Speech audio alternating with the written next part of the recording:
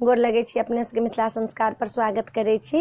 होली के शुभकामना द रहल छी। प्रेम के त्योहार ये दुश्मनों गला लाग जाइए, रंग में प्रेम बसल है, प्रेमक होली।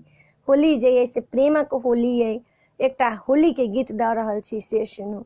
रंग बरसे आई बरसाना में, रंग बरसे, रंग बरसे आई बरसाना में, रंग बरसे।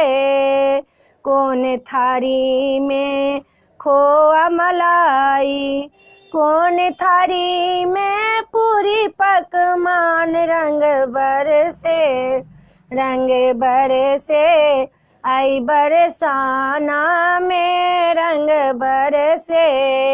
सोना के थारी में खोआ मलाई, रूप थारी में पूरी पकवान, रंग बरसे, रंग बरसे आई बरसाना में, रंग बरसे। किनका के शोभन पियर पीताम्बर, किनका के शोभन पियर चुनरी, रंग बरसे, रंग बरसे आई बरसाना में, रंग बरसे।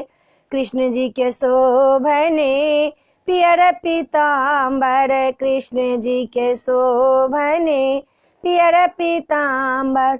राधा रानी शोभन पियर चुनरी, रंग बरसे, रंग बरसे आई बरसाना में, रंग बरसे, रंग बरसे आई बरसाना में, रंग बरसे।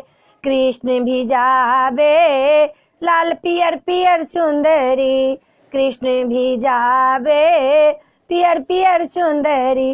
राधा भी जावे पियर पीताम्बर, रंग बरसे, रंग बरसे आई बरसाना में, रंग बरसे, रंग बरसे आई बरसाना में, रंग बरसे, रंग बरसे आई बरसाना में, रंग बरसे।